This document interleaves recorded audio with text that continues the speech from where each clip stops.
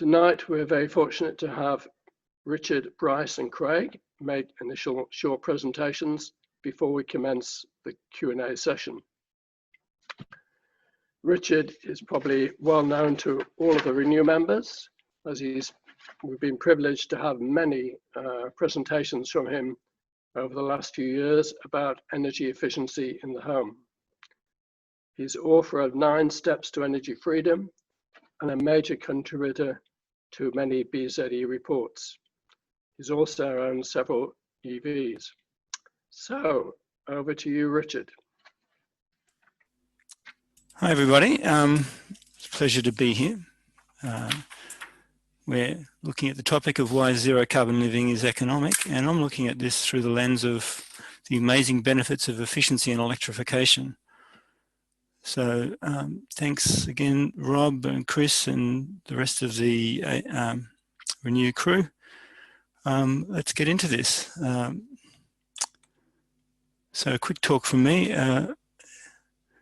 So about me, renewable energy and energy efficiency are my professional life. I work for NH Consulting doing commercial energy efficiency, and I do home energy efficiency work through my freelance outfit, New Energy Thinking.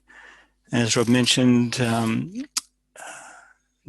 Energy Freedom Home is the book that I wrote for Beyond Zero Emissions, and I generally hang out at my Efficient Electric Home on Facebook. So if you're not already a member, please come along and join us. Okay, just to set the scene, efficiency thinking. I'm fond of this definition of sustainability by Paul Hawken, and he's an American environmentalist. He said sustainability is aligning with natural forces, or at least not opposing them.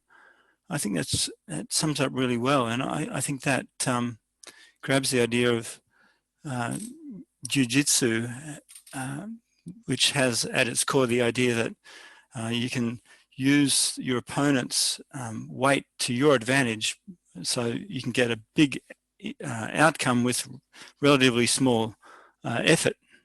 It can also be seen in the idea of a child's swing, where the swing has got this natural frequency of swinging, and if you time your pushing right, then you need very little effort to swing really high. But if you want to swing faster or slower than that natural frequency, then it takes a lot more work. So let's apply this idea to homes, and first let's frame what it's not. A naive view of efficiency might be that it involves substantial trade-offs. In other words, giving you savings but giving you less utility, like in short showers or turning the lights off. But in reality, efficiency done well isn't like that. Efficiency done well is a win-win-win. And my favorite example that I've been developing over the last little while is the idea of fixing the leaky bucket. So this is an analogy where we liken a house to a leaky bucket. So heat flowing through homes is like water flowing out of a leaky bucket. So the bucket has the structure, water in it, and it's got depth. So making that into a direct analogy, the thermal envelope of a house is like the bucket, the heat energy is like the water in the bucket, and the temperature that we want to maintain is like the depth of the water in the bucket. So with that in mind, it's hopefully you are able to easily think how absurd it is to try to keep filling faster instead of stopping the leak. So with this kind of thinking, we can change the expectations around homes. We can think about how heat flow is variable and controllable, how a law of diminishing return applies, that good performance is impossible without fixing our metaphorical bucket, and how patching the biggest hole, and holes representing heat loss pathways, we need to patch the biggest hole first. So in my own case, this was my leaky bucket, this is my house, and back in 2006, this was my energy use across the course of a year. Each bar is a month. The red is gas use and the blue is electricity use. And that amounts to 80 megajoules of energy across the course of a year. And that was reasonably typical of a house of this type.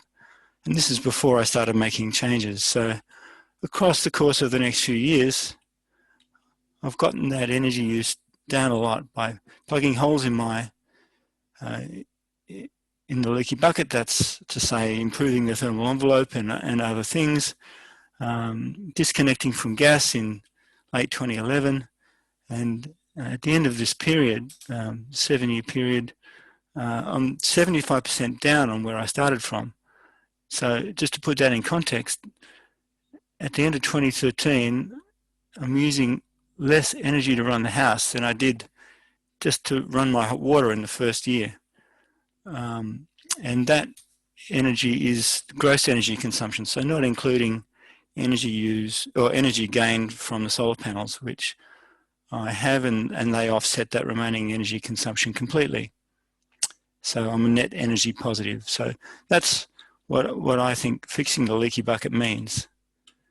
Moving on, I want to build on that by exploring the idea of electricity versus gas, and how electricity is fundamentally different and better than gas. So if we consider gas as an energy source, we put a match to it and that gives us heat and some products of combustion, but that's really all. So regardless of what gas is doing as an energy source, that's what happens. It's a one-trick pony. Electricity, on the other hand, is fundamentally different. Electronics and wires are solid-state technology. There's no products of combustion at the point of use. It's intrinsically simpler, more reliable and safe than having combustion and bringing gas through pipes. A good example of that is the earth leakage safety switch that all houses now have. And that's a capability that lets us sense with very great precision if there are any leaks. And we can do that because electricity is in a circuit. So we're testing the flow in the in and the out, and a difference means a leak, and then we can open the circuit. So there's no direct equivalent to that in gas. So the next thing about electricity is just how fundamentally versatile it is. And the best way of capturing that is the idea that it can be used to carry both energy and information. And our whole society runs on energy and information. So that's quite amazing. Building on that, electricity can be directly transformed into light, into sound, into heat, into motion, into stored energy. And a lot of those processes are directly reversible. So again, nothing directly comparable when it comes to gas. So we can also generate some of that energy at home directly from the sun. And our society is being transformed by our digital tech with the internet, and so naturally using electricity as an energy source is a much better fit with digital technology than is gas. It supports smart features and it's much easier to meter. And lastly, electrical and electronic systems scale amazingly well. So we can go from a pacemaker to a PV panel all the way up to a pumped hydro plant. And it's the same fundamental underlying physical principles. So where does that leave us? It makes electronics and electrical technology so fundamentally different in its nature compared to gas as an energy source. Next, I want to explore the idea of low-grade versus high-grade energy. So high-grade energy is energy that is capable of giving high temperature differences. So gas flames and electric arc furnaces can give temperatures in the thousands of degrees. But for many uses of energy, we just need low-grade energy. So, low temperatures, home space heating and domestic hot water are much, orders of magnitude lower than that. So don't use high-grade energy when low-grade heat will do. So why start with thousands of degrees when you need, say, 25? That's using a sledgehammer to crack a nut. So remember what we said about, what Paul Hawkins said about aligning with natural forces. So using high-grade energy for low-grade heat uses is not aligning well with natural forces. So wouldn't it be great if we had an abundant, free, low-grade heat source? Well, actually we do. In the ambient air and water that's all around us, there is heat. So let's explore that. Firstly, it's useful to distinguish heat on the one hand from temperature on the other. Let's go back to that bucket analogy. The heat was the water in the bucket, and the temperature's akin to the depth of the water in the bucket. There's low-grade heat energy all around us, and most often we're able to use air as a source of heat energy, so that heat energy is effectively infinite and renewable. So heat energy is like a fluid. It can move from one place to another, and it naturally flows down the hill being the heat gradient from hot to cold. But we can make machines that force it up the hill, that is, move heat from cold places to hot places. We call those machines heat pumps. That's where a little bit of electricity moves a lot of heat. So this is my heat pump. So it's here at my house, and most of us would call that a reverse cycle air conditioner. So you don't need your mains energy supply to be your source of heat, at least when it comes to low-grade heat. So we can just use our high-grade heat, our high-grade energy like electricity, to drive a process that harnesses low-grade heat. So that's magicking heat out of thin air, literally, and it's something that Hawkins would be happy with because it's aligning with natural forces. So moving on, the tale of two grids. We've got parallel electricity grids, electricity and gas. They're separate energy silos, and we don't really get that much for having two separate energy grids. We don't get any useful fail-safe resilience from having that. We just end up with unnecessarily complexity. And electricity makes gas increasingly redundant as an energy source. If we could avoid the societal cost of gas, the savings are huge. So that brings us back to this zero carbon as an economic proposition. So the whole story and possibility of getting off the gas grid is well beyond the scope of this talk, but I just wanted to set that as an idea where people get off gas, and there's hundreds or thousands of us in Australia already starting to do that. Jump over to My Efficient Electric Home if you want proof of that. So someone just connected to electricity only pays a single daily service charge and has only one energy account. And in this context, the role of the electricity grid is starting to shift. So traditionally we've seen the electricity grid as strictly being a supply system where customers are strictly consumers. But moving forward, the role of the grid, at least from the point of view of people who generate as well as consume, is that the grid is becoming a sharing system. And that's a fundamental paradigm shift from a supply system to a sharing system. The next point I want to make is about diversification, which is important sort of concept to grasp when addressing the question of whether electricity or the grid can cope with more different uses of electricity.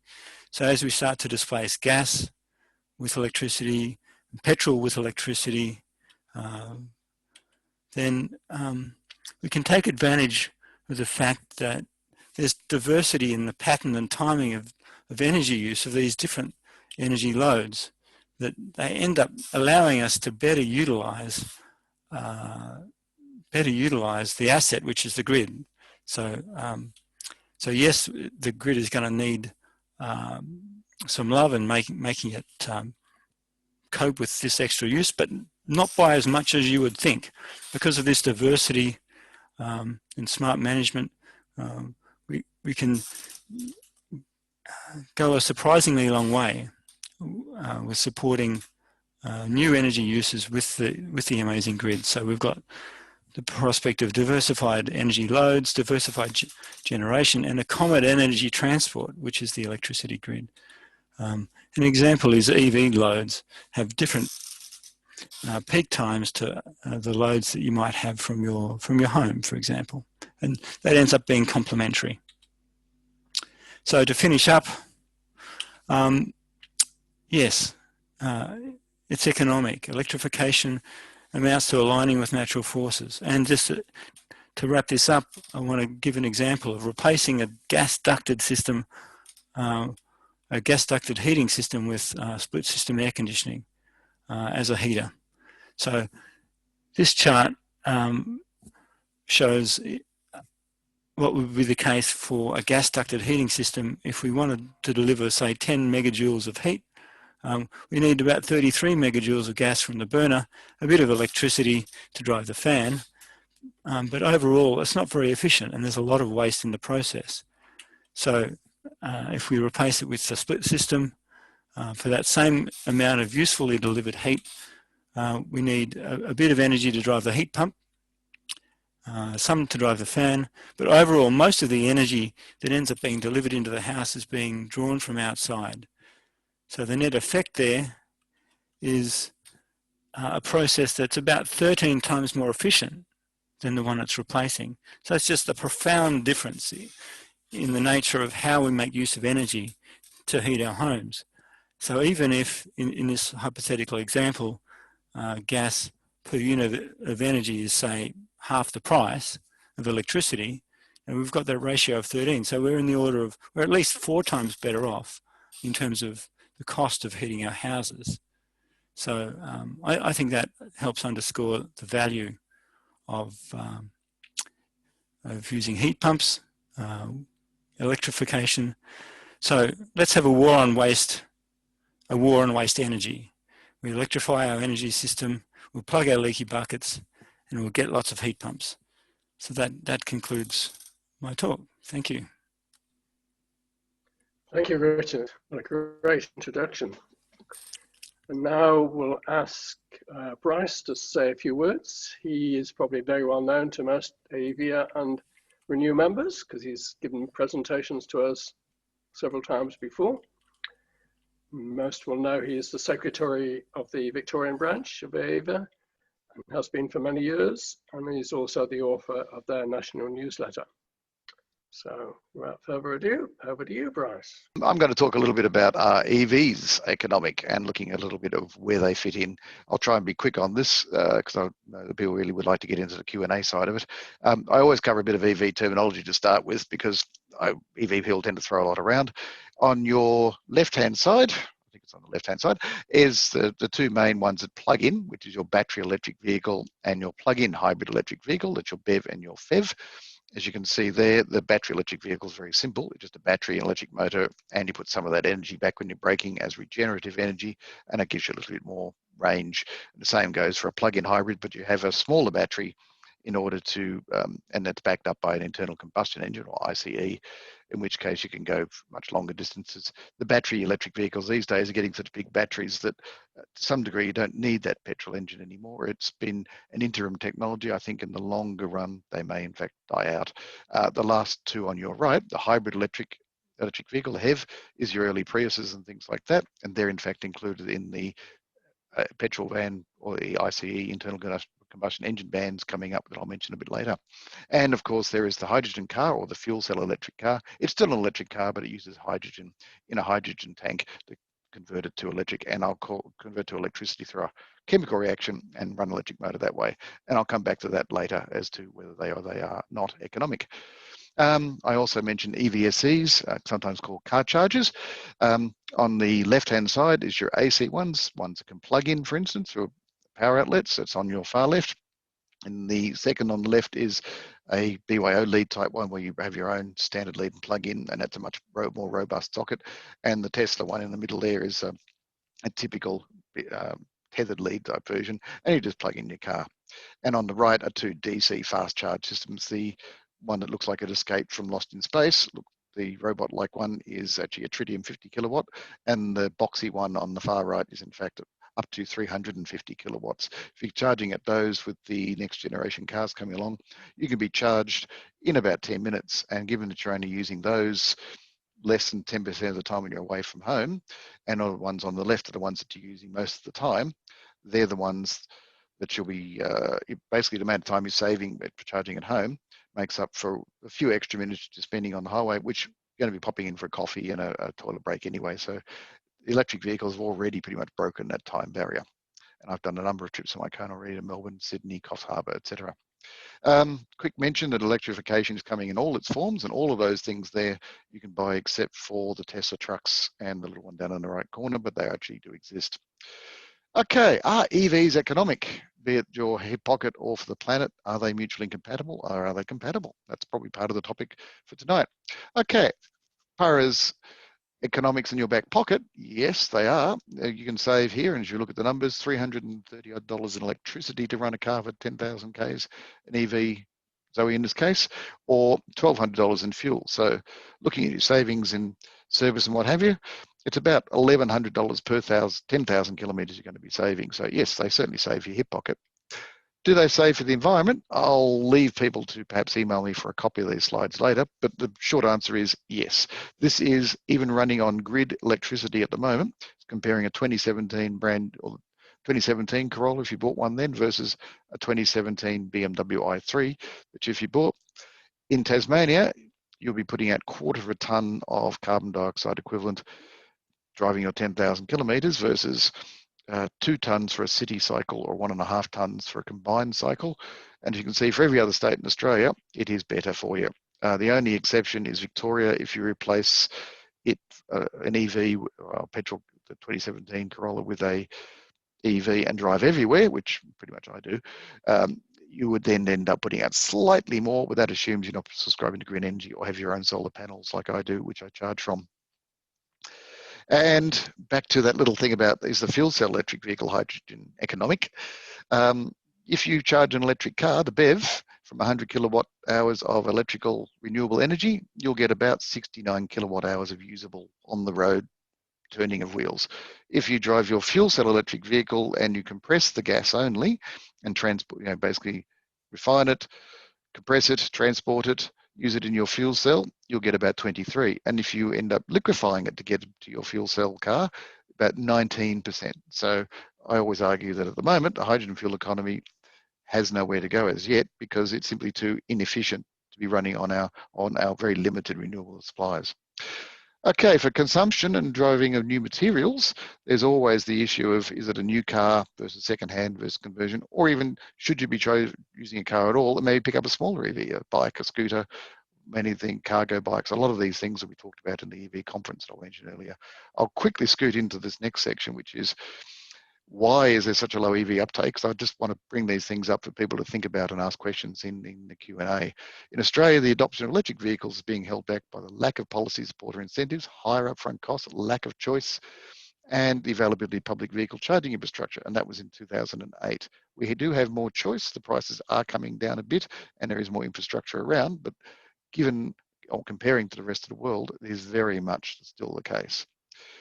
However, promoting EV uptake, what does it take? Well, it's carrots, sticks, and policy. And just to throw you a few examples, carrots around the world, you can have one-off subsidies to encourage EV purchases. You can have workplace charging schemes that the UK government has brought in. They also invest in developing the technology. So there's also the seed funding. There's all sorts of things. I have a whole presentation I can do on this whole topic. This is just one slide I pinched out of it. For big sticks, or for sticks, various countries are going to stop selling internal combustion engines. They are banning the sales, and Norway is only 5 years away. Holland, 2025 as well. And then you get into places with significant car industries, England, France, India, they're starting to ban them as well. So long term, if we don't go EV, we'll have to start importing old petrol cars and start repairing them, much like becoming Cuba of the South Pacific, which is a bit dispiriting. Policy, I'll briefly cut. There's so many things that we could do that we're not doing. National EV fleet targets, government fleet purchasing, half the EV market, half the vehicle market in Australia is fleet purchases, and that's where a lot of us buy our cars from, is second hand. If they were starting to buy EVs and prioritised EVs, such as the ACT is doing, there would be a good steady flow of second-hand EVs coming in over the next few years for the rest of the public to buy. Funding for education, we in AEVA do a lot of education and familiarisation campaigns, but we are only a volunteer organisation and we can only do so much. We try to do, we're punching above our weight, as I mentioned a bit further down this presentation. There's all sorts of things, and there are changes coming in tenancy laws and building codes. Biggest one at the moment is emission standards. Overseas, that is what's driving a lot of the EV uptake. In Australia, we're way behind. And I could go on about that, but I shan't. If you want to find out more, you can join us at the Australian Electric Vehicle Association. That website's there. And again, if you want a copy of this presentation, my email address is at the end of it. And we have a whole lot of fact sheets available for each of the EV, battery electric vehicle models as they're made available on the market. And there's also a sheet listing all the basic features, prices of the BEVs and PHEVs available in Australia. If you really want to dig a bit deeper, we are running the 2020 EV Vision e-conference on Friday, 27th of November. We have a main intro, plenary sessions. There's 40+ speakers. We've got Tim Flannery speaking. We have Robert Llewellyn from Fully Charged speaking. We have a number of international speakers from electric vehicle associations and other reports. It's a really big conference, the biggest that's been run in Australia so far, and EVs, whether it be online or in person. As we say here, the future is clear. EVs are here. Also, this one's for Robin. I threw this slide in for him. It's the Nillumbik EV Forum. Is coming up in about a week or so's time. The website's there, and I'm sure someone will pop that up in the chat if you're interested. Anyway, the burning questions I'll leave to the end because that's coming up. We have Craig who will give us a really interesting talk after we've been babbling on for so long, and then we can get into the Q&A. Robin, I'll fling back to you and you can hand over to Craig. Thank you, Bryce. That was great. A great introduction. And now I'll just introduce Craig, which is really not required because he's so well known for all his TV series, particularly the one on waste and Fight for Planet A, and the currently running one, Big Weather, but also lots of ones in previous times and The Chasers and the like. So I think we'll just go straight over to you, Craig. Thank you, Robin. Thanks for having me here. In many ways, I don't know why I'm talking to you guys because it kind of goes against my general approach in this, in that a lot of the time what I'm trying to do is, I guess, take the expertise of groups such as you guys and translate it into real simplicity and try to take it to the kind of, I try not to preach to the choir. I'm trying to speak to people who don't understand this stuff and trying to make it easy and trying to make it seem non-threatening as well in a lot of ways. I would say that there's pretty much probably no one on this call who isn't probably more of an expert than me on most of these issues. Yeah, and that's why I'm not going to speak specifically about the technical sides of this. I guess more about what people such as yourselves, who I guess are the early adopters, can do to help promote this and make it more of a common thing. I think that's what we really want to be doing. I want to be making sure that this stuff becomes the norm rather than the exception.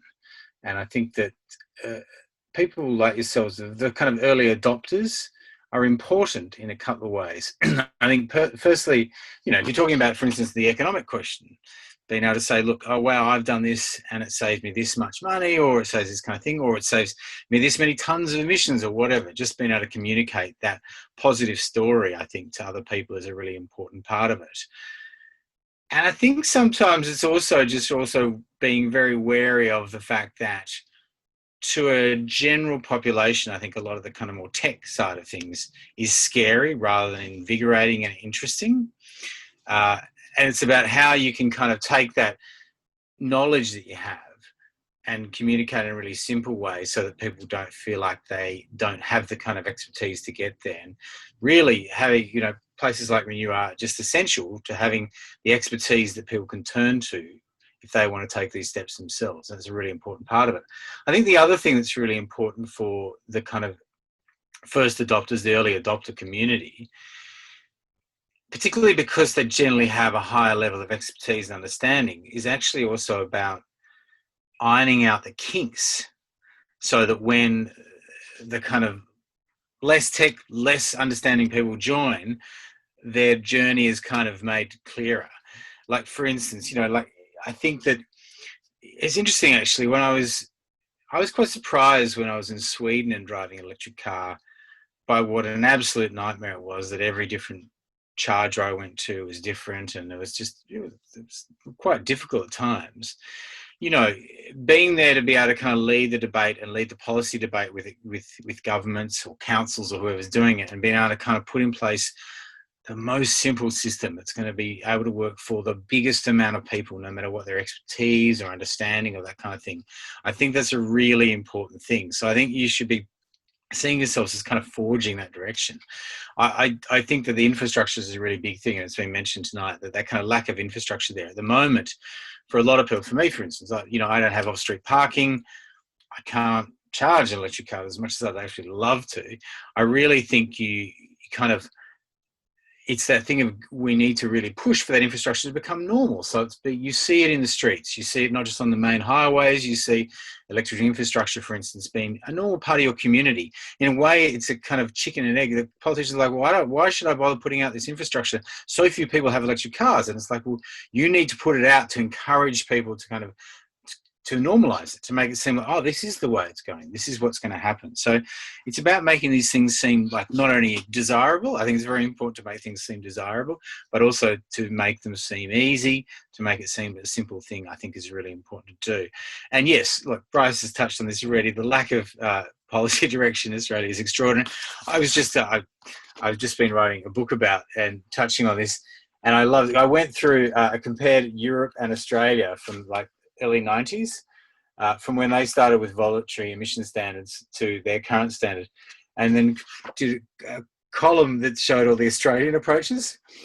And pretty much the only thing we've done is put out about 6 or 7 different discussion papers. Like every few years we put out a new discussion paper, and I don't want to play that down. Every few years it's got a better font, there's more pictures in them, but they basically say the same thing, and we never then actually implement them. So it's a very frustrating position to be in Australia. And of course, one of the reasons we have low supply of these kind of vehicles is the fact that without the demand, you've got waiting lists in so many countries for EVs. Why the hell would you be shipping them to Australia when there's no encouragement, no policy pull and that kind of thing? So I think that as we kind of wait for some kind of policy, or as you kind of lobby for kind of policy change there, starting to build the infrastructure, starting to kind of work with councils. It's interesting how when I went to speak to my local council about electric cars and infrastructure, a neighbour of mine who's got an electric car, who's got a lot of expertise, had already spoken to them and kind of started that conversation. And it's interesting by the fact that it was like somebody had already started that conversation, so they'd like to it, and then I started talking to them about it. And that's an important part of it, I think, is just getting in the ear of policymakers and not making it seem hard, but making it seem like there's a lot of people out here, oh, wow, people keep coming up to me going, why don't we have more EV infrastructure? Why don't we have this kind of thing? I think that's a really important part of what's happening. So the lobbying work that you guys do is really important as well. But yeah, I guess you're an essential part of being a source of expertise for when people come to you, but also recognize that when you're communicating to a broader community, you want to make it seem a lot more simple than maybe when you're talking to the kind of tech, more that community. And that's one of the big challenges, I think, as we go forward, is how to make it seem like the simple solution to our problems, both economic and definitely environmental as well. I won't go on too much longer because I'd love to hear questions and take questions. So yeah, let's go to questions. Thank you, Craig. Great. So yes, we'll go to questions. We've got one general one coming on what surprised people. So maybe we'll start with you, Craig, first. What surprised you doing all your research and development for Planet A and Big Weather, which then made you change things in the final production? So,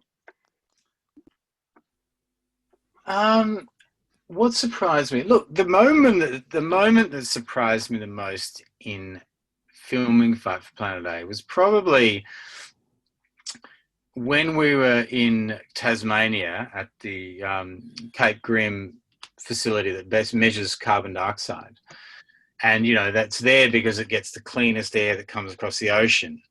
And I think, you know, they were talking about how much higher it was when it came across Melbourne. And I think I was quite surprised by that, because I think I've always perceived CO2 as being fairly regular around the world, but how much it actually changed when the wind just changed across Melbourne, you know, across a place like that. But the thing that actually surprised me was not that, was that when I asked about, what about when the air comes across Tasmania, and they said it actually drops below the standard when it comes across the ocean. And that's because it's coming off a land that has no coal, small amount of cars, massive amount of trees, so they're pulling down CO2 as it goes. And you went, it's really interesting that there's an example there of a kind of microcosm that shows that if we do the right things, if we can move to the place where we go, oh, we don't use fossil fuels here, we've got lots of trees, we've got low polluting cars, we can actually be really having an impact directly and immediately as we go. So that's the thing that I think made me most, it was also probably made me feel a bit more positive about it as well. Yeah. Great one. And for people you interviewed and such like, their lack of understanding about climate change and its impacts, was that common? Yeah, look, it's interesting because I've got Renew for ages, and I'm not as tech as some of you guys, but I'm kind of into that side of it. And I think where I thought the show would be pitched up here, like in terms of, you know, what would be communicating. And when we started making it and started talking to the kind of general population about issues, I realized, no, if you start, you know, you have to go way back here, because a lot of people are kind of missing out at the first level. There's a real misunderstanding about CO2 and where it comes from. There's a lot of polling showing people are like, oh, what do you do to stop carbon, you know, global warming? They're like, oh, I don't take a plastic bag of coals. It's like, that's a great thing, but that's not necessarily really linked to fossil fuels and all that kind of stuff. So I think I had to go back really to real basics to try and get to that community that's not already on the journey. Those people that probably say, I really am concerned about climate change, I want to do something, but then are pretty stuck straight away. So it was probably, it was a lot more simple than I would have thought, to be honest. And things like, even things like, it's interesting seeing tonight, like even just people not even, even when you get to cars, like people having no idea what a hybrid is compared to a battery, or all any of these kind of things. Like you get a hybrid, people are like, how do you charge it? There's all these kind of very simple things that you presume.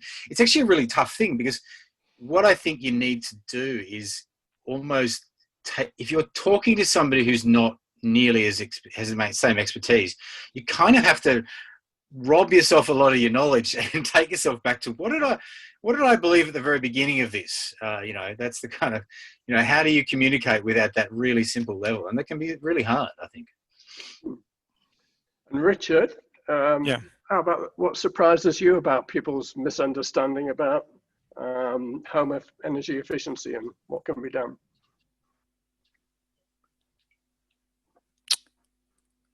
Well, when I assess people's houses, probably the biggest surprise people have is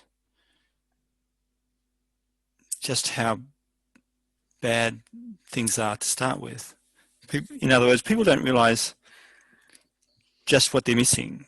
And when you get a thermal imaging camera and you start to show them these big thermal holes in their ceiling, it's a big light bulb moment for people. So yeah, having things like thermal imaging and other ways of illustrating to people the nature of the problem is really powerful. Great. And Bryce, on electric vehicles, what's the greatest misunderstandings about that? Well, strangely enough, the greatest misunderstanding is what the meaning of a kilowatt hour is, and trying to get that across, that there is a difference between the amount of energy a mobile phone draws and that a car draws, and that it is a significant difference in terms of recharging and the amount of energy to use and what it does to your bill or doesn't do to your bill. So it's, as a science educator, my background is science, and I'm actually a qualified secondary teacher, and I work actually at the School of Engineering. So I do a lot of work in and around that sort of area, but it's getting it across to the public is quite hard, and I have to come up with quite a number of different ways of trying to explain it. I hope I do it properly, but it's always a difficult one. in what context are you answering that question? What's the person's question that leads to that conversation? It's often they're trying to recharge from a PowerPoint their car and wonder why it takes a couple of days with some of the larger batteries and things like that, or why does their PowerPoint melt? And then you're trying to explain that a PowerPoint was never meant to draw 10 amps for 20 hours or more. If you're recharging a Kona, for instance, it would take 28 hours at 10 amps to get there. And going, an ordinary 3-pin PowerPoint was never meant to do that. Why does the house potentially start burning down? Because the wiring was never installed to take that sort of load. All wiring calculations were done. I'm also an electrician and used to teach this stuff to apprentice electricians, saying you had a diversity factor where the wire would be, for the toaster would be running, an electric kettle would be running for a couple of minutes, and then it would cool down again, and then you might run it again and the cable warms up and cools down. If you're running current through it all the time, especially in summer when there's a higher ambient heat around it, the cable doesn't cool down. It gets hotter and hotter and goes over its temperature and starts to melt, or may overheat a connection. And that's why you should use a proper EVSE or electric car charger for your general charging at home, because it's made for it. It's wired back to your switchboard. It's a lot of people just go, oh, it's just extra money to spend, and say, this is why you do it, because the wiring, if it's done properly, is perfectly safe and it's really convenient. If you just try and charge from a PowerPoint all the time, it's not going to go the distance. You'll be replacing a number of PowerPoints and plugs, and you may burn your house down. Very important, yeah. And a question from Zada to Craig. Do we need to make the green message deep and emotional, as well as simple to understand and easy to access? Yeah, I mean, absolutely. Like, the interesting thing is that people respond on different levels. And one of the difficult things for me making a show for the ABC is it's a broadcast. It's to everyone. So you've got people who are already panicked beyond belief about climate change and can't believe, like their problem is that their anxiety levels are really high. And then you've got another group of people who are watching the same show who are kind of like, this climate change thing, I don't feel like it's really that bad for me yet. It feels like it's down the road. So I think you do need to do you need to definitely make an emotional bid, but you've got to realize that you don't want to also stress the hell out of those people who this is why I wanted to make a show that also had solutions in it, because I'm very wary of, I think there's been a lot of climate change documentaries or other which kind of make people very frightened by the end of it, but don't make them feel like it's just all this fright and there's nothing that can be done. And I think you need to not only make people, emotionally go along with the journey, but you also need to make them know that we can actually get good change, get positive change, I guess. And your next question is, what's the reaction been like to Big Weather and Planet A in the middle of COVID? Is the audience still interested in climate change? This is from Tim. Yeah, it's interesting. I think it's definitely been more muted to a point. I mean, there's been a good response to it. To be honest, I think Big Weather struggle was more based on Junior MasterChef than due to COVID. But I do think that Melbourne particularly is a much more sustainable kind of place in general, more interested in sustainability, and the fact that kind of they came in the midst of the second wave was probably not ideal. I think there was a lot of people for whom felt emotionally, I've got enough on my plate here than have to think about climate change as well. But yeah, look, generally speaking, there's been a great response, and it's been interesting actually. I think that one of the nice things about it is I think we've moved along enough to the point whereby, we could make an ABC documentary that didn't even have to deal with the question of whether or not climate change is real. We didn't even debate that. And there was very little pushback against that as well, which was a wonderful thing to see. So I think the underlying community debate has moved on a little bit. You mentioned Victoria there. Is it different between the states then and different regions of the country? I think that Victoria there's probably a stronger general sustainability feel in a sense there. Ironic given that they have the worst grid by far. I mean, it's funny, as Bryce put out, one of the things I found very tragically ironic, I think I looked back at this a year or so ago, and I think Victoria had the highest take up of EVs and also the worst grid for the charging of EVs at the same time. As I said, I think a lot of people get green power or charge of solar. But it's interesting, one of the questions in here, David Poor asks, is a petrol hybrid still an okay compromise during this stage of the transition, especially when you can't charge off your home solar? The reality is that if you buy a Toyota hybrid, a Corolla or a RAV, it's got a smaller carbon footprint than buying a Tesla 3 and charging that off the grid in most of the country, or at least in the average of the country. So yeah, absolutely. If you can't, we need to move towards EVs long term, but you can do things in the meantime that can substantially reduce your footprint, but that aren't the kind of end goal there. I think that's an important thing to recognize. I think, to be honest, I think that and it's probably a criticism I make of our own show, actually, is we probably should have looked a little bit more at hybrids and plug-in hybrids and that as well, because that's going to be a big part of the market. It's interesting, in Nordic countries, plug-in hybrids are still, some of them, are the biggest sale item there, rather than battery EVs as well. So I think that, you need to recognise that it's about making the best truck you can. You may not be able to do the best, but it's still good to do the kind of changes that actually do make a difference. And Bryce, do you want to come in on that one? Yeah, it's always a way of, we're moving forward. It's always an end point keeps moving further and further in front of us to try and get to zero. So any step we can make to improve things has got to be a good one.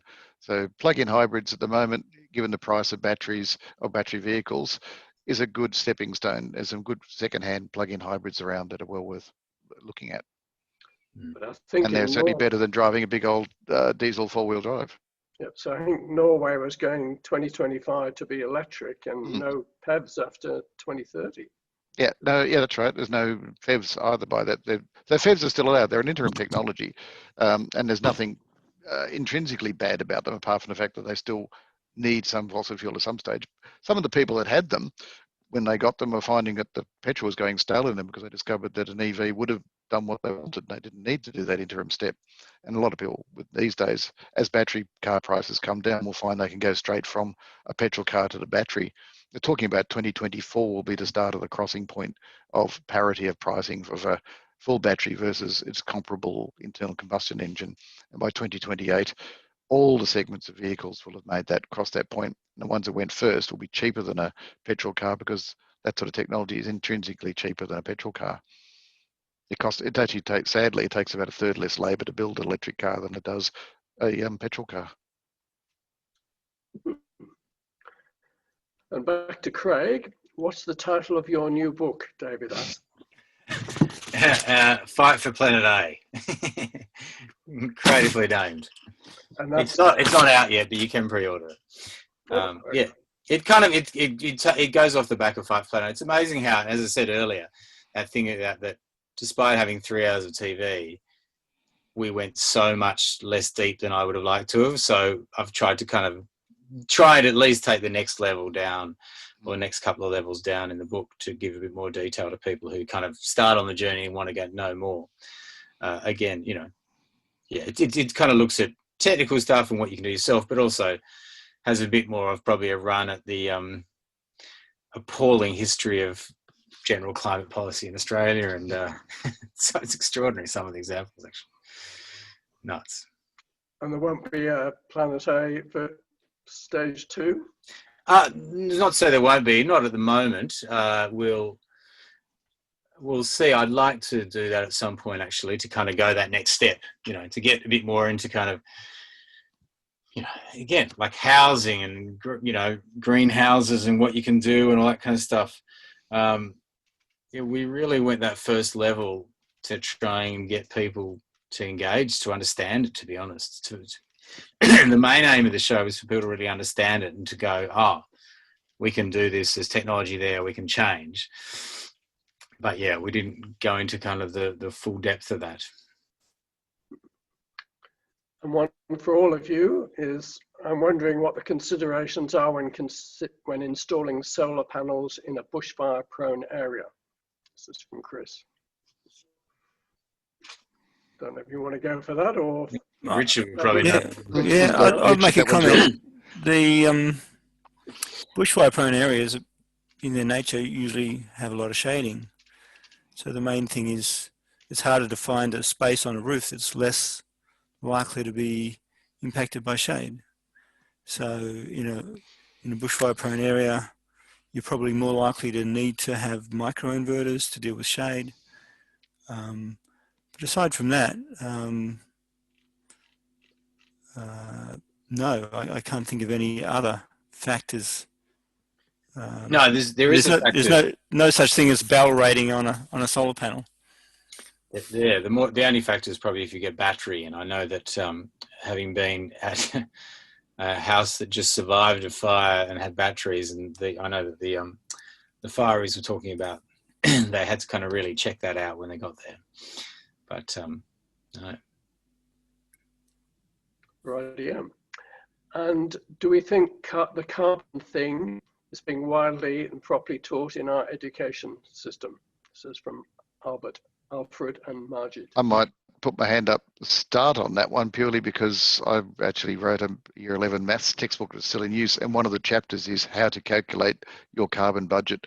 So yes, if anybody's looking for foundation mathematics, Victorian VCE subject, is actually a whole subject, a whole chapter on doing just that. I'm not sure how much further it goes in science, but I know it's covered at least there. Yeah, I think, I mean, I don't think it's taught nearly enough, and I think needs to be a lot more education of that. It probably needs to be a starting step as more education of teachers as well of that area as well. It's interesting how the hardest thing about communicating climate change problems is there's this unseen element of it. Is that the enemy is an unseen element, CO2, or methane or gas. It's much harder for people to engage with that than something like waste, which is, you see it in your kitchen, you see it in the ocean, that kind of thing. So I think that's one of the hard things. I think the more education we can have in early stages of people understanding that, the easier it will be long-term in terms of policy and changes.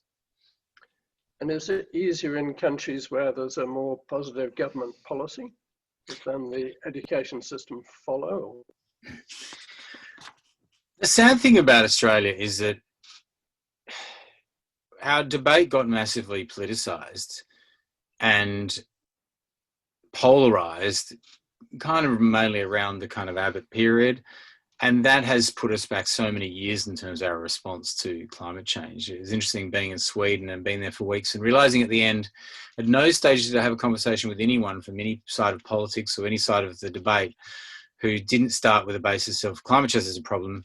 What are the solutions we're looking at? They were arguing about the solutions. They weren't arguing about climate change. And Australia, unfortunately, has been caught years back because of that kind of polarisation and the fact it became seen as a political thing. I think we're moving a little bit past that now. We see at state levels, Liberal and Labor governments kind of pushing ahead of that, which is good.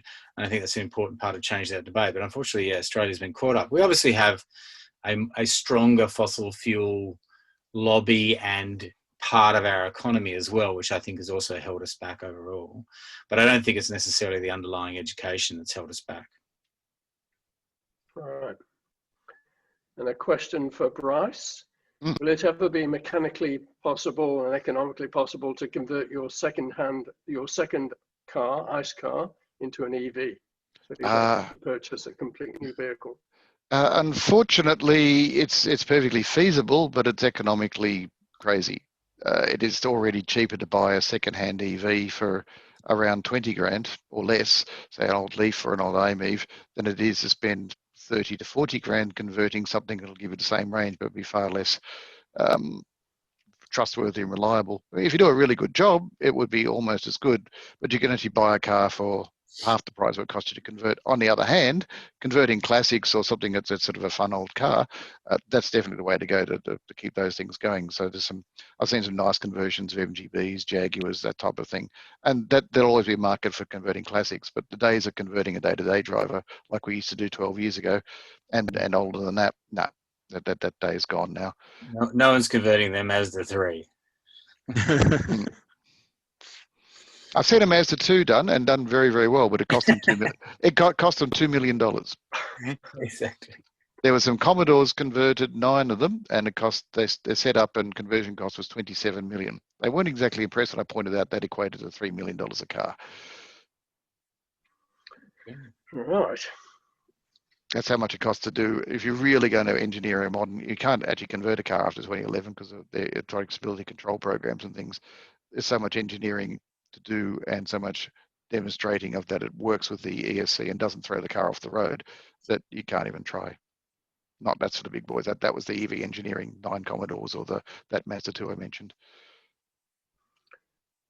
And are second-hand EVs readily available? And how about the imported ones? Are they reasonable? That's a good question. The only issue with the second-hand EVs is they are the older generation, so they only have around 100 kilometre range, and actually looking at the Teslas, which are much the same. Even second-hand Tesla is looking at the same sort of price as a new something else. So if you need something for short range, the older ones are quite good. And starting from 10 grand up, you can pick up something. The issue is if you want something that does everything that your current fossil car does, like my Kona, which I can drive Melbourne, Sydney, Coffs Harbour, Tamworth, Dubbo, I've been all over the place in it. There is no second-hand car at the moment available. Wait 5 years, they'll be available. What about the kind of secondary imports? I heard somebody trying to talk that up the other day because there's so little stock coming into Australia. They were talking about getting it. Is that a valid route or not? In New Zealand, that's very much been a market and has been a established market for some years. In Australia, it's only just beginning, and to do it privately yourself, it's really hard. There's a lot of paperwork. There's a lot of things can go wrong. A car can get damaged in transit. The car might turn up and discover it's been stolen from Japan or whatever, or it may have been a cut and shut, major repair job. If you've got a good agent over there and good shipping arrangements and a good engineer here to approve it, which is what some of the good car company, for instance, are setting up to do that, and they will bring in good Japanese cars. There's nothing really wrong with that, and it does increase the stock of second-hand cars. At the moment, they're not a lot cheaper than buying a second-hand one in Australia, Australian delivered one, if you can get hold of one, or if you want something that is similar to what's brought here in Australia, like the ENV van. This is an ENV van, which is basically a Leaf in van drag. It's well worth bringing them in because the good car company is setting up local mechanics that can work it. That's the other problem, is finding someone to work on these cars once they're here. Yeah, a factor in that equation is the plug standards. Japan, for better or worse, is sort of doubled down on the CHAdeMO standard for DC charging and the Type 1 plug for AC charging, and so which has become a legacy sort of standard in Australia, where we're going CCS for DC charging and Type 2 for AC charging. So sure, you can bring in a decent, fairly recent Leaf out of Japan, but the plug compatibility is going to be poor. Actually, there isn't really an issue. For AC charging, you just buy an adapter, and I had one for my old Leaf because it was Type 1. The new Leafs are, in fact, Type 2 anyway, and the Japanese ones will be all Type 1 still because that's what they use. Yeah. But it's only about $100 or so adapter to plug into a Type 2 charger, and all the DC chargers are still being fitted with CHAdeMO, even though it is a legacy plug now.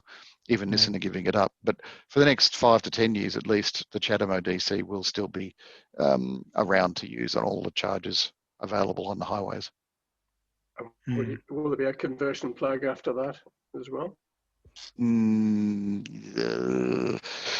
Technically, no. Okay. That's the official answer. I've got a question that comes up for one of the questions. Somebody says, David Gill says, please talk about the benefit of buying 100% green power for clean electricity, which I'm a very big supporter of and is fantastic if you can't do the other methods. Question, Bryce might be able to answer, or somebody else might, because I've asked this of Tesla and haven't got an answer yet, is do they subscribe to 100% green power for their charging stations? Good question. I know ChargeFox do. They do. ChargeFox here do. I was wondering about Tesla, and I must admit I got very blank looks when I asked that question, despite the fact I thought it was the most obvious question. Yeah, it's a very good question. I'll next time I speak to someone from Tesla, I'll follow it up. Did you want to buy in there, Richard? No. No. Sure, that's right. question from Dale for Craig. How can we harness our recent COVID response? I'm thinking about all the exponential graphs I've seen on the news to the climate change response needed. Yeah, look, I think, you know, and this has been said a lot. I do think that having the model of a period in time where governments work together with expertise and experts and followed that model and it worked for us is a good one to have there.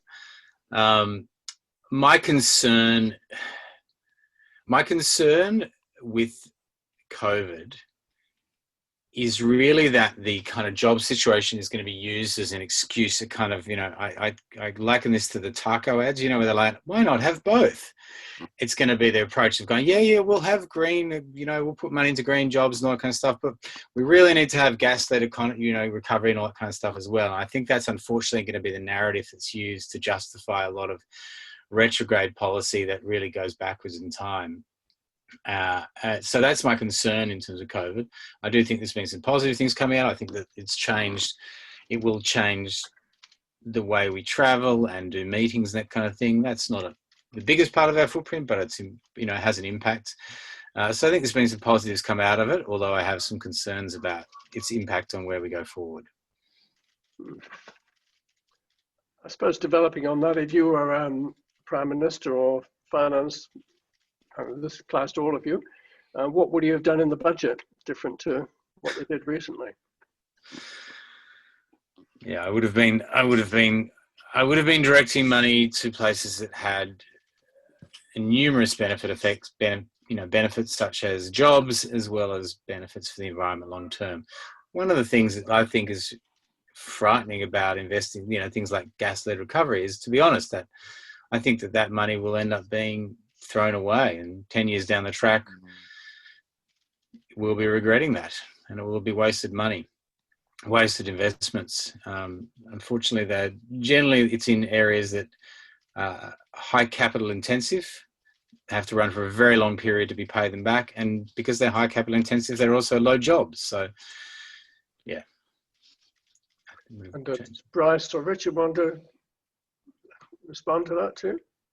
Yeah, well, electrification needs a huge policy focus. So whether you frame that as getting off gas or just doubling down on electricity as our primary energy carrier, that amounts to the same thing.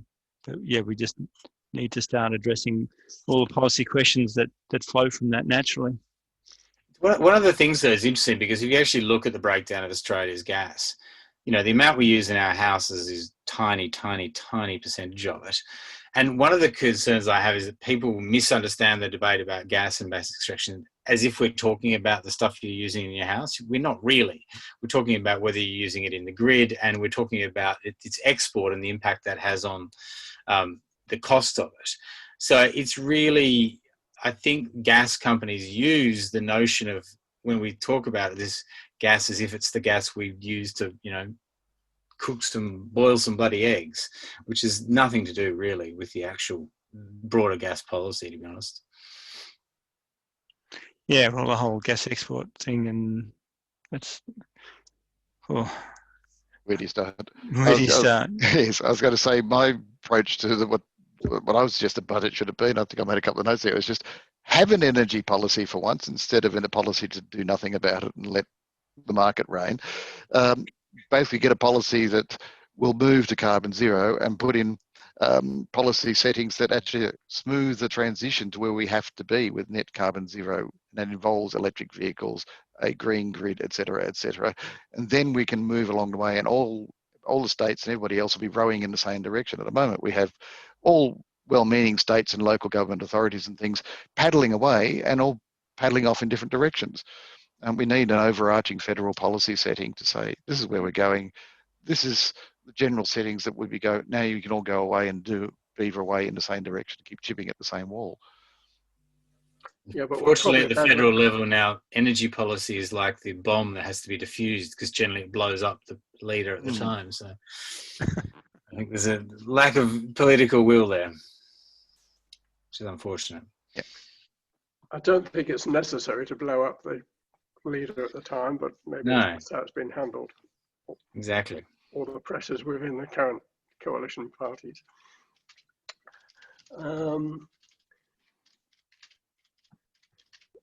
They keep moving the questions on me. Just so I'm gonna have to go in 5 too, just because. Okay. From Richard, many of us have been working in this area for years. What do you think is the best thing we can do to move renewables forward into the broader community? I mean, Yeah, Craig, you're busting to say something there. no, you go. I'll follow you. Move renewables. Well, in some respects, things are going really well. Rooftop solar is going gangbusters, and the existing policies to support that aren't too bad. What we could do to make that better is improve policies to help landlords put solar on rental properties. Better policies to encourage businesses to get it, but to be honest, businesses that aren't looking to get it in the first place, the incentives are pretty strong. As the economics make sense today, so. Yeah, but that's the interesting thing, and I totally agree about the rental thing. And it's interesting that when Victoria brought in their new solar policy there, the ones that were for owner-operated houses and that went in a second, and yet months later the rental ones are still sitting there and almost untouched. And that's because they still haven't figured out how to do that in a way that works for the landlord and for the tenants as well. So that's a great one to both. I would say, look, I totally agree. There's all of the incentives there. The thing that I found, I had this today. I had a friend call me up going, oh, we really want solar. The thing that I find, and this is where I think it really, your community is very important, is I know a massive amount of people who care about this, who go, oh, we went to get solar a few years ago. And what they do is they hit the first level, is they call up a couple of places and they get a bit swamped. And they also get, because there are a few charlatans out there, they get the kind of real sales heavy people out there. And they just kind of, after a week of trying to do it or after a day of doing it, they go, this is too hard. I don't know who to trust, and I don't know what the correct answer is. And I think that having groups like Renew and that people can turn to and get simple answers and go, these are the people to trust, these are the questions to ask, these are the answers you're looking for. And the more simple that is, the better. I think that's a really important thing, because I know I've met many people on my journeys who know they would have saved money through solar, who want to do it environmentally, but who just can't get through that kind of first step of how to actually do it. And I think that being able to install that cycle of trust is actually a really important one. And I think that's probably where the community groups can be of great value. Yeah. And the community council purchasing plans and the like. Perhaps one more question for you, Craig, before you head off. We were all fascinated by you driving a Tesla at some incredible speed. Can you tell us a bit about the experience? Yeah, it's interesting because, of course, the reality is that I kind of almost didn't want to do that because I thought it was a bit done, but I did it because I wanted to. The main reason I did it was twofold. There were two reasons I did it. One, I actually wanted to answer the question. I wanted to put the balloons on the cars and show that electric cars, even when charged off a grid in Australia, were still better. And I want to then show that thing of, but if you're then charging off renewable, we're talking about like almost zero, carbon travel. I wanted to show people that that was a possibility. But also I think it is the truth that, the ridiculousness of the last election where we did see all this stuff about people, Australians like a bit of grunt and that, it was responding to that and saying, look, we've got to make it so people understand that this is a lot of people who love cars, it's nothing about exactly how much it costs them. It's about the fact that they love cars. And actually, I thought the best bit about that was the fact that the guy who was the kind of vice president of the Holden HSV club, David Sultana, I thought his response was the best part about it, because he, as a rev head, was like, oh, wow, this is going to be great. And that was the kind of thing to go, that was the most important part of it. But having said that, the actual driving of it, we couldn't get any times to practice it or anything. So I was petrified, and I knew that I should win, but the ability to really hold your foot down when you're going at that pace is, without any practice, I've got to say, it was slightly frightening on the day. I'm just saying it's lucky you have to put into that mode, because if you had ludicrous mode on your trip to pick up the kids from daycare, it could be quite dangerous. But did you have fun? I had a hell of a lot of fun. I mean, it's absolutely brilliant cars. This is it, you know. I don't even have a driveway to charge a car in, little like that. But and the price as well, literally ahead of me. Like, my God, I would love one of those cars. They're incredible. Yeah. Yeah, and this is it. I mean, it's interesting how Tesla 3 coming through now. I'm sure you've seen the same thing. You see a hell of a lot more of them on the road, and that's part of it. And this is the thing, is we need to go from that first early adopter to growing it slightly further, and then it gets to a certain tipping point. And we don't have that in Australia, but we need to be pushing towards that. And obviously there's a lot of constraints on that. But the more people out there with electric cars on the streets and talking about how great it is, the quicker it's going to grow. I've seen curves drawn where the uptake of various technology, mobile phones, refrigerators, air conditioners, and they all sort of start off slowly, and that's where EVs in Australia are, and they start kicking up. And I think it's around 7-8%. You get that, things just suddenly start to take over, and there's just, everybody has one. And there's that famous pair of pictures I think it's in New York between 1900 and 1910 or 1910 and 1920, where one was all horse and cart, and 10 years later at the same spot was all horse and cart except one car, and the next picture was all cars except for one horse and cart. When it reaches that tipping point, it's just all over. It's just, in some countries like Norway, it's hit that tipping point, and it's just 2025 they'll be gone. Whereas in Australia, we're still at that really bottom little turning point. And then we're going to, once we get up to there, France and Germany are hitting 4-7%. They're starting to hit some of those tipping points as well now. Sweden's 33%. Mm. Yeah, it's funny how having policy helps. On that note. Do you want to add anything else, Craig? No, thank you so much, everyone. As I said, you guys are the source of great expertise, so get it out there and, keep pushing to that tipping point. And, also, as I said, keep that conversation going with the, councils and governments and all that kind of stuff, because it is important to push for that kind of, the infrastructure needs to lead a little bit as well. So, yeah, good luck. We all, we need pushing on so many different levels for this particular battle. Thanks, and Craig. thank you for your hard work too. Cheers, guys. Yeah, thank you for all you do. It's great. Thanks, guys. Cheers.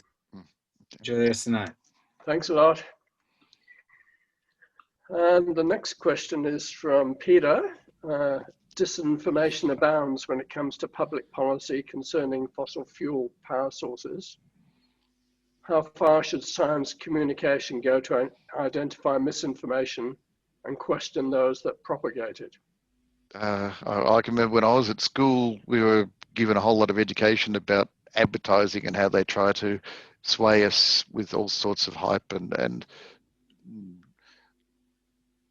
doctored information. I think it's probably the same sort of thing. There should be that sort of education in schools. It's just, you need to be able to apply the scientific method, research the information, and winnow out the wheat from the chaff. And I don't know why people are doing, I thought that was still done in schools, but maybe not. Why are people so gullible now?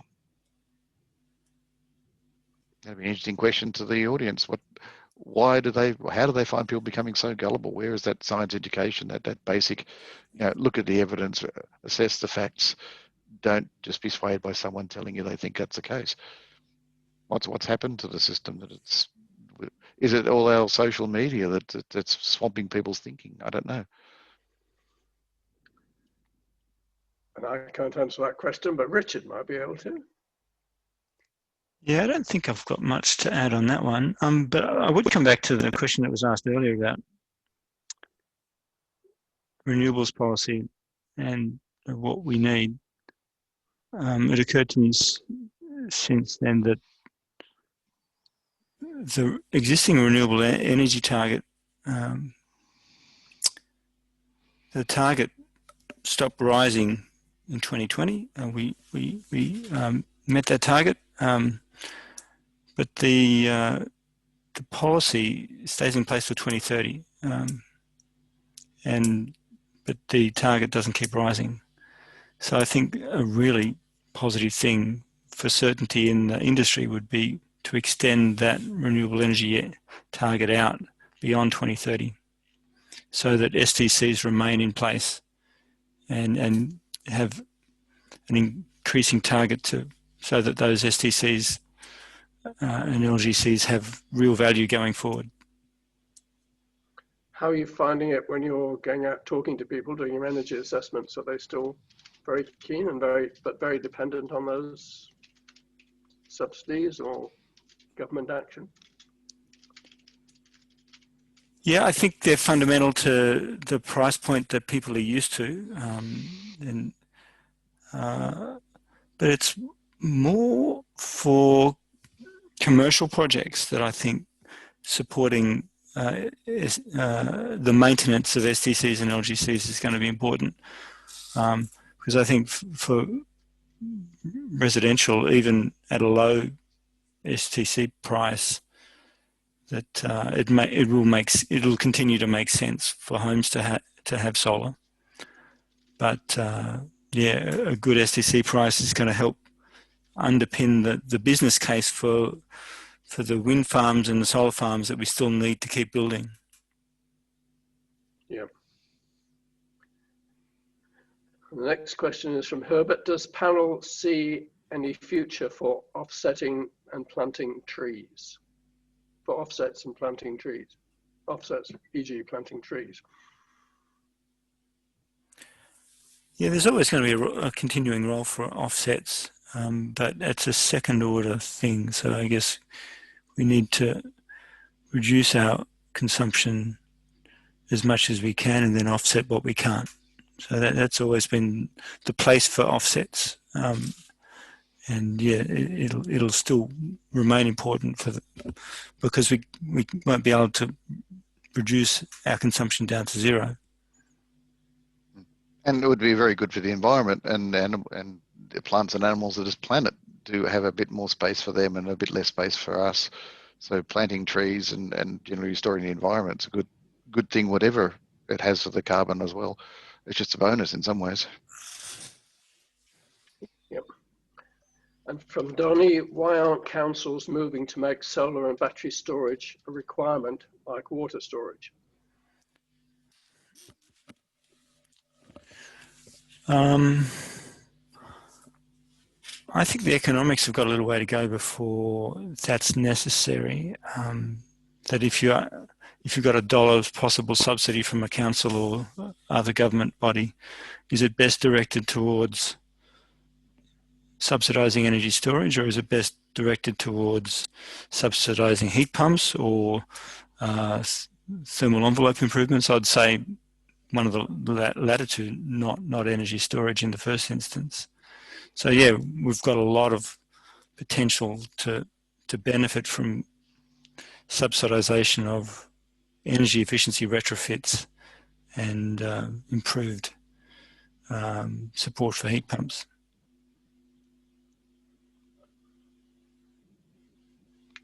You'll leave it at that, Bryce? Sorry, I was busy typing an answer in the Q&A, so I missed the start of it. So I was trying to pick up where Richard was going, but I still didn't remember the question. That's all right. We'll go on to another one. In Asia, they convert many small motorbikes into electric. How's that going here? Nobody's doing that here, as far as I know. I mean, is there a potential for it, or? For when it comes to push bikes, electric motorbike, yeah, electric motorbikes. I think that. I say when it comes to push bikes, there's definitely a very big market in converting push bikes to electric. As for motorbikes, at the moment, no. Part of it's to do with some of our scooter regulations, and that you can't have sort of a low-powered scooter without having a proper license for the thing. So in some states, so there's sort of issues there if they're very low-power motorcycles, just like scooter-type things. So it could be a regulatory issue here. Part of that will be discussed at the EV conference, by the way, on the 27th of November. That issue of scooters and what is or isn't legal and why will be brought up and discussed. Good. And Gail is asking, I'm interested in knowing more about the pitch for EVs to local government. I'm in Queensland, in case that's a factor. Any support to make the argument to my local council will be appreciated. The written material or speaker who is across the technical questions. Queensland EV branch, AEVA branch, will help you out with heaps there. Graham Manietta, who's a former chair of that branch and is still the vice chair there, will be very happy to talk to you. So you get onto the AEVA branch up there, they'll be more than willing to help you. Good. And John Bailey asks, what's the future of EVs for the next 5 years? In the world, they'll be rapidly taking over. You look at Norway, well, 2025, there will only be EVs sold in Norway and some number of other countries. By 2030, some other countries will only have 100%. So it's the EV transport revolution is well underway, and it will be an electrified transport system. By 2050, all transport will be electric, and we'll be wondering why we put up with these fossil fuel cars. They'll be like the horse. We'll be looking back at them like horse and carts now.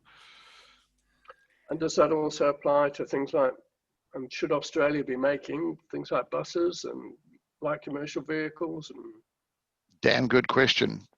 We used to support an electric or a car industry.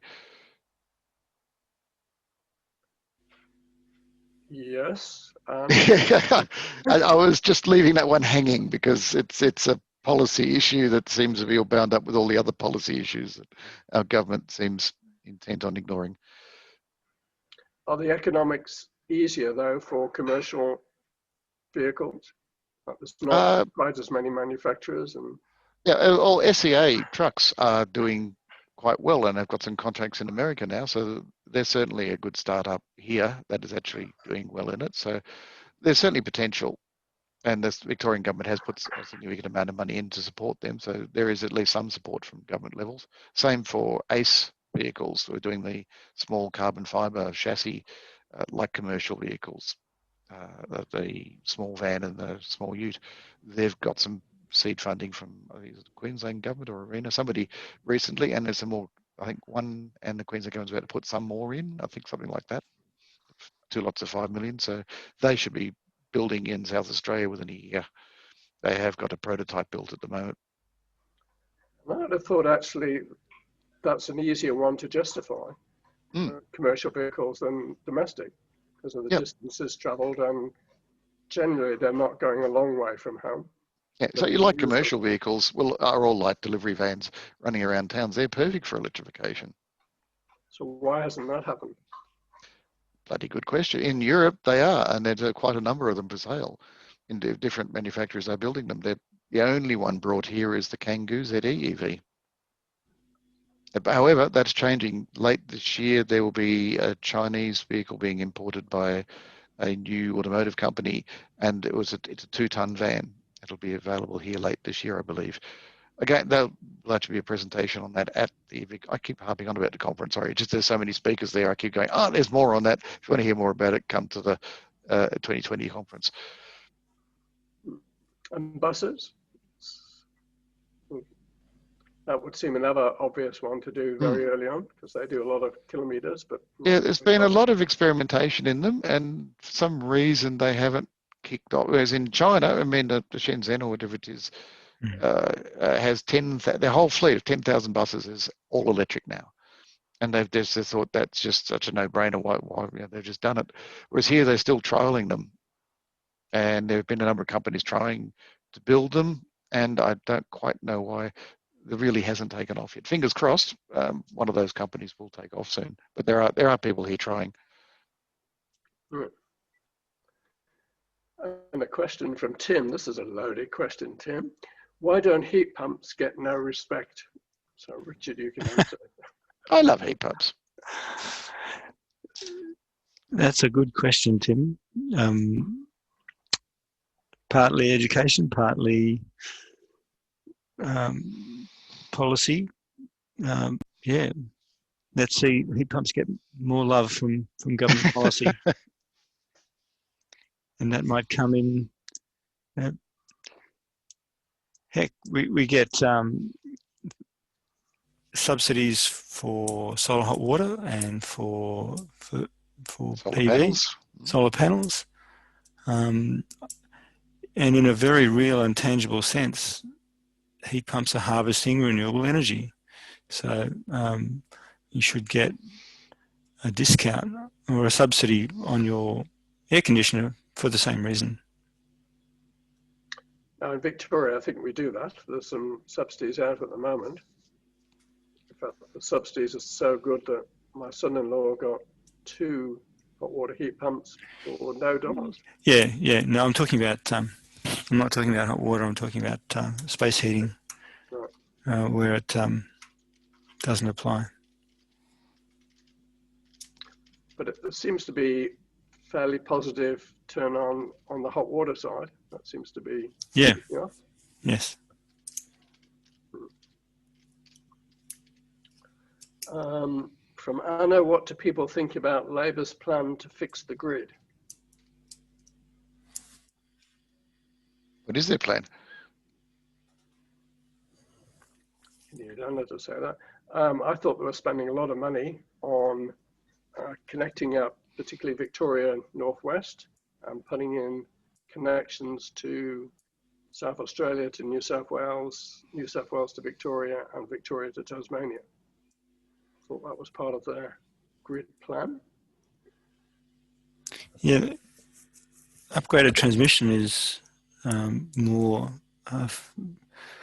under the auspices of IEMO and AEMC, and so it's sort of, yeah, there's only so much the state government can do there. But yeah, improving transmission is key, because there's a lot of renewable projects which are held up for want of better transmission.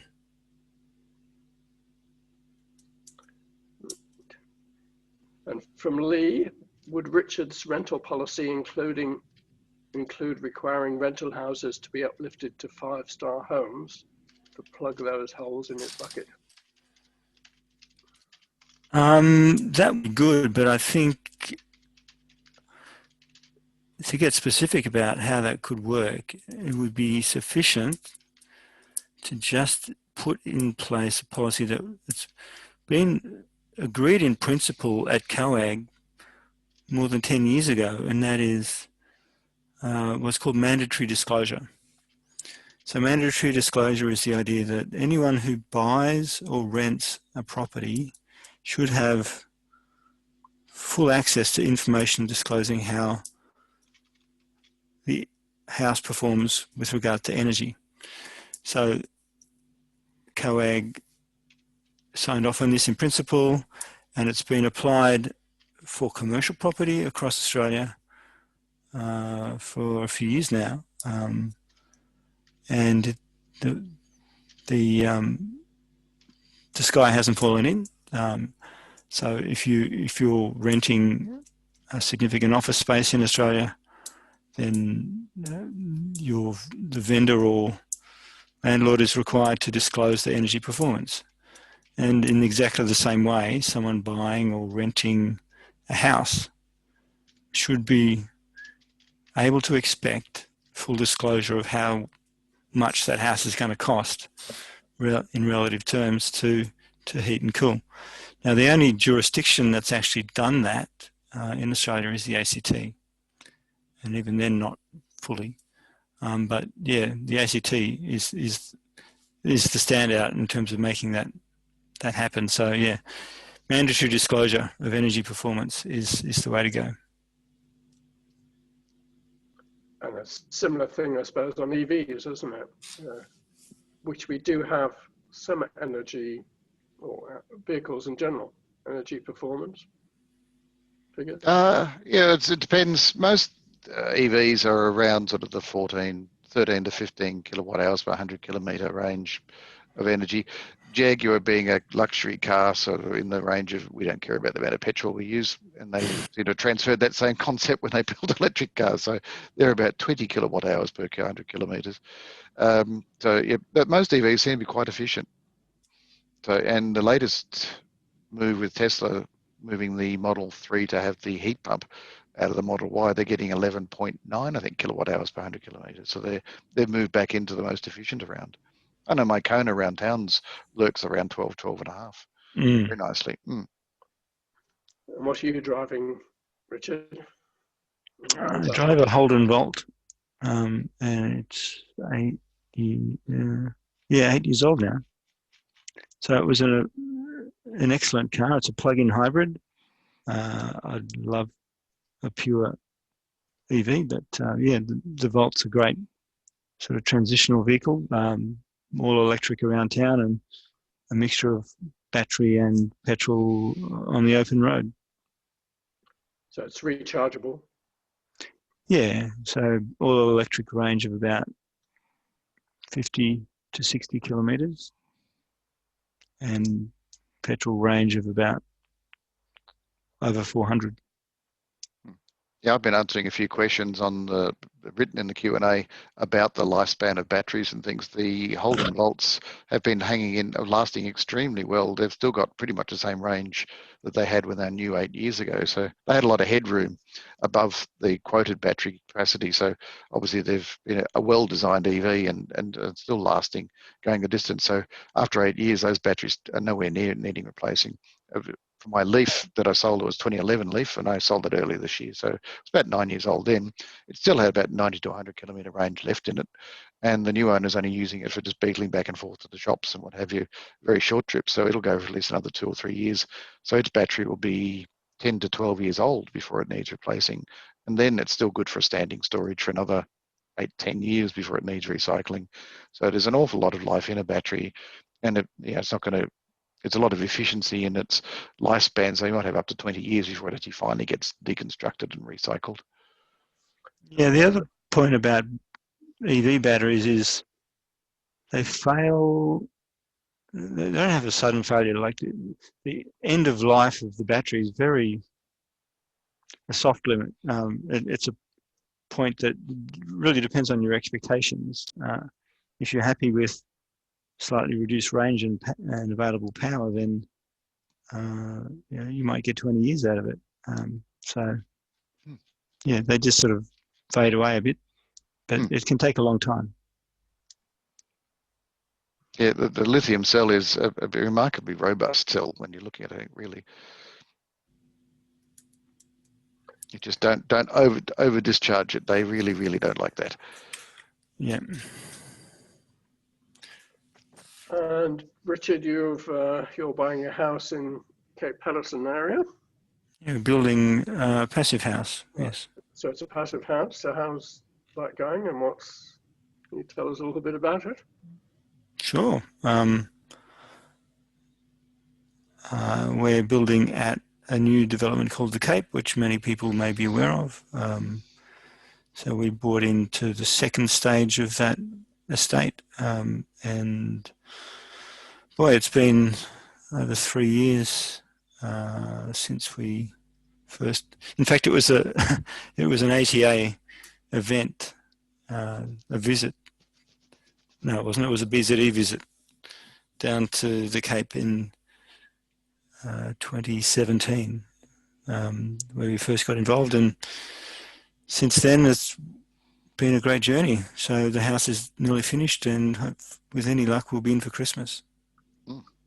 Very good. And what rating is it? Is it sort of 10-star?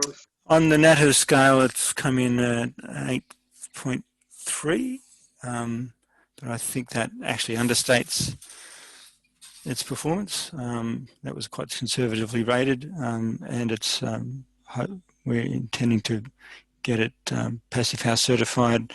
It had the first blower door test about a month ago, which came in at 0.52 air changes per hour. So that's under the 0.6 that we need to get to.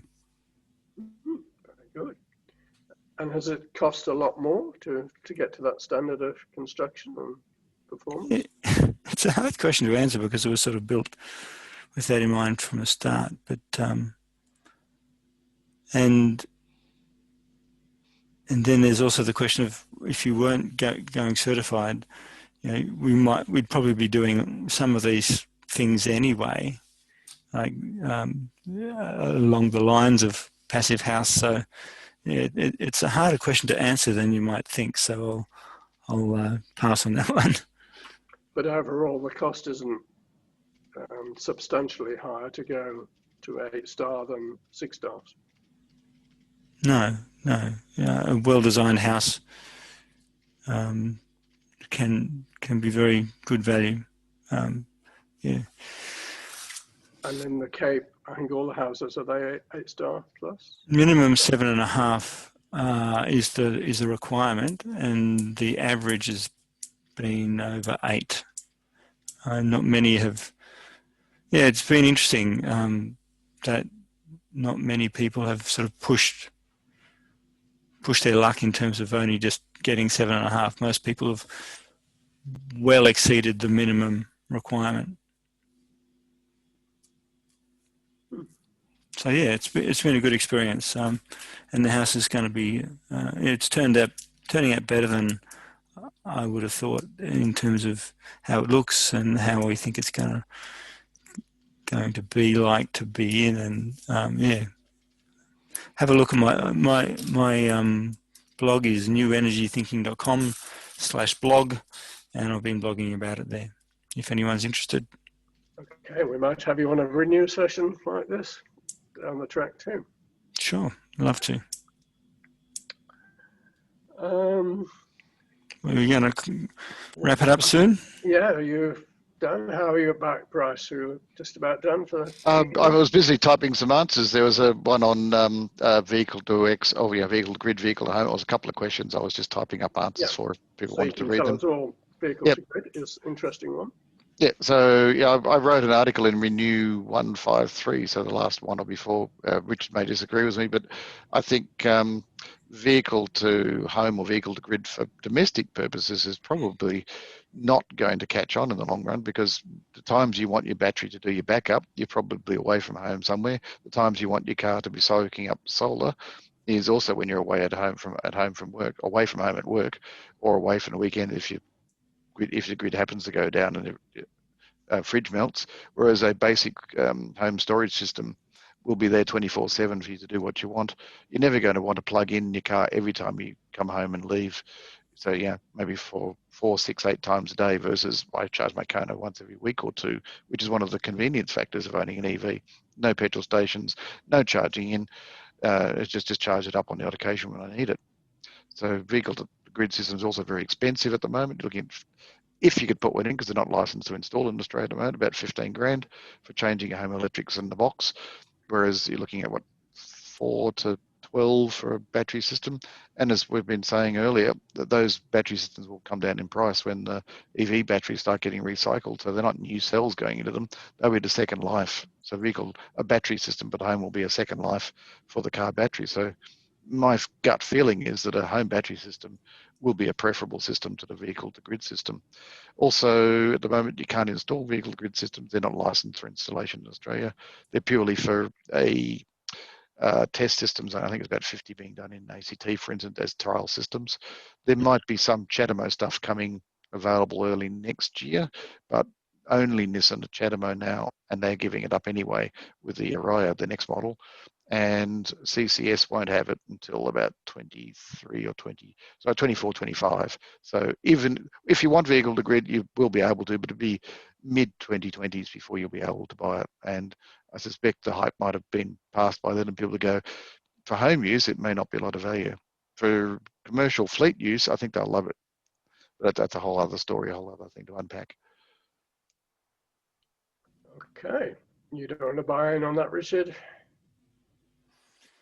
No, well, that question, at the heart of that question is, again, the thought about ways on getting batteries for homes. And I think that there are a couple of keys to making that happen. One is obviously cells coming down in price. But the other is virtual power plants. There's a number of different vendors out there that'll let your new home battery system be part of a fleet of batteries that give benefit to the grid, not just to the house. So I think the key to making home battery systems work is connecting them up to a virtual power plant. It opens up different value streams. It makes the batteries more valuable to yourself and to the grid. And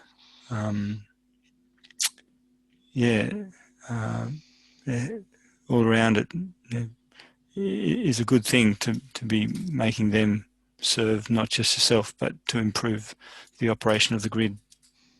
Yeah, for sure. And that's where I was coming from with fleets, because they'll be able to have a virtual power plant with their 10 or 20% of their cars will be plugged in any one time, and they can join in that virtual power plant to support and stabilise the grid. But homes, there won't be enough of them, and they'll be too irregularly plugged in to be a much value there. Yeah, that's for car stuff, and the battery side is a whole other battery thing that'll be coming in as the years go by. Yeah. The players to watch in the VPP space. There's Reposit Power from Canberra, they've been around for a few years now, and I like their work. There's Mondo and their UBI system, UBI, and there's also a company called Switched In, which are doing some interesting stuff in this space. Good.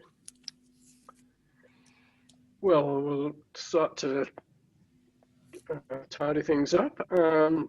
For EVs, if people are wanting more information, I'll plug my own Nillumbik Shire EV session, which is on for Bryce talking for a couple of hours next Thursday night. So I think the link will be put in the chat, and Bryce showed the link on one of his slides beforehand. And also his conference, which is huge. We have lots of great international speakers, so if you're into EVs, certainly worth looking at that one. I'll just quickly throw that. Well, there's your Nillumbik one. If people want the link for that, cleanenergynillumbik.org.au events, and you've got if I can flick to there, and there we go for the EV Vision conference. It's ava.delegateconnect.co, and you can get all the details from there. Good. Now I just got to find a button to stop sharing. Sorry about that. Here we go. There you go. We're going to put up a brief poll shortly. I'd appreciate if you could complete it and then hit the leave events button. But I thought tonight was a really great evening. Lots of good analysis and some great questions. So now we just have to go and do something about it. Yep. So thank you, Craig in absence, and Richard and Bryce. It was really good. And you'll have to listen to 280 people or so who attended clapping in silence.